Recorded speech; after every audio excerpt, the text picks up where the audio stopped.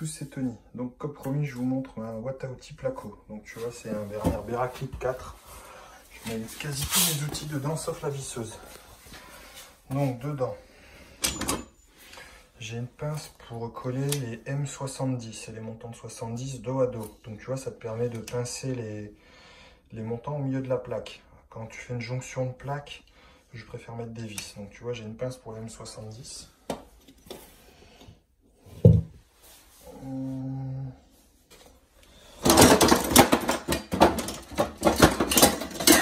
Et j'ai une qui fait quasi la même chose mais qui fonctionne pas pareil. Tu vois, ça aussi c'est la duo profil, je sais pas quoi.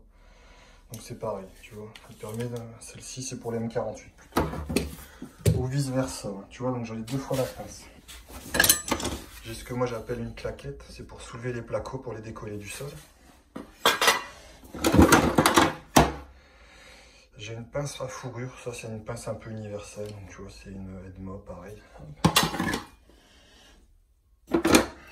Pince type aviation, tu vois ça c'est une nouvelle que j'ai achetée récemment. Parce qu'il n'y avait pas la pince était elle est toujours dans mon camion. Donc comme ça tu vois, là j'ai une pince exprès pour ça. Je peux même fouiller dans le camion pour trouver la pince. Un couteau isolant, Edma. J'ai toujours un crayon gris. 1 mètre. Un cutter, grande lame, un bricot dépôt, et là tu vois ça c'est lui, c'est un avec que je peux visser derrière. Je préfère les cutters comme ça, mon perso. Une scie à guichet, pareil c'est une nouvelle, tu vois, donc celle-là tu rentres la lame comme ça, elle s'abîme pas, donc est-ce que j'arrive à l'ouvrir? Je te passe 2 secondes. Voilà, tu vois, une scie à guichet. Celle-là est pratique parce que tu peux rentrer et du coup tu te fais pas mal aux mains dans la caisse à outils.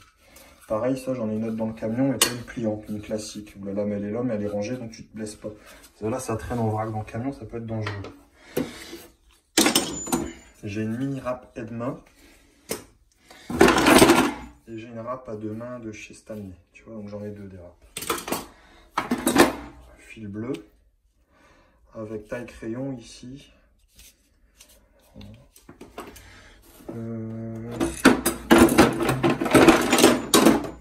J'ai deux lève-plaques ou lève-panneaux, tu vois, ça c'est hyper pratique aussi.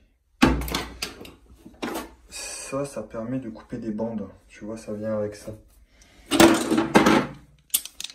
gros, tu mets ça comme ça dedans et tu règles, enfin non, c'est comme ça, tu vois, et tu règles l'épaisseur et donc tu peux couper des bandes.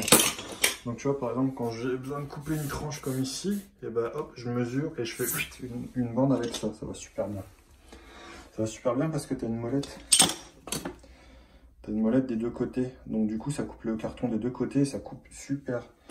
Ça te fait une coupe super propre. Des lames d'avance, tu vois. Ça, c'est la Master Profil de mémoire. Ça, c'est la pince pour sertir les montants et les rails. Donc celle-là, elle est hyper vieille. Je l'avais achetée encore. Elle a au moins 10 ans, celle-là. Donc elle fonctionne super bien.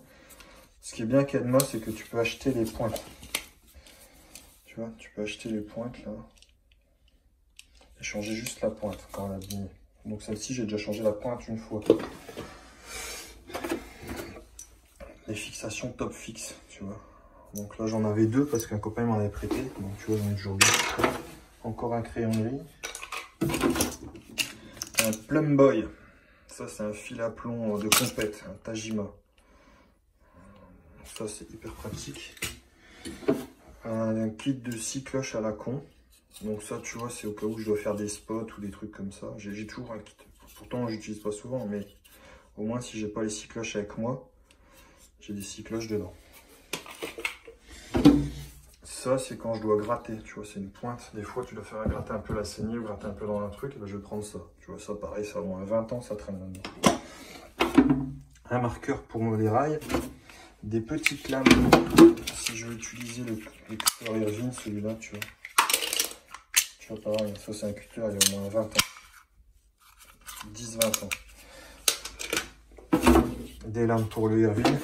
Et là, des lames pour le gros cutter. Alors, pour le gros cutter comme ça, le placo, je me casse pas la tête à acheter des super lames de compétition. ça s'use, donc tu vois, ça c'est du made in China, c'est des lames premier prix, ça va super bien pour faire du placo. Par contre, quand c'est en plomberie, en électricité, je préfère prendre des bonnes lames. Et un fil au cas où j'ai besoin de faire des suspentes avec le fil. Donc voilà, tu vois, là, toute la caisse placo. Il manque juste la grignoteuse qui est dans mon véhicule.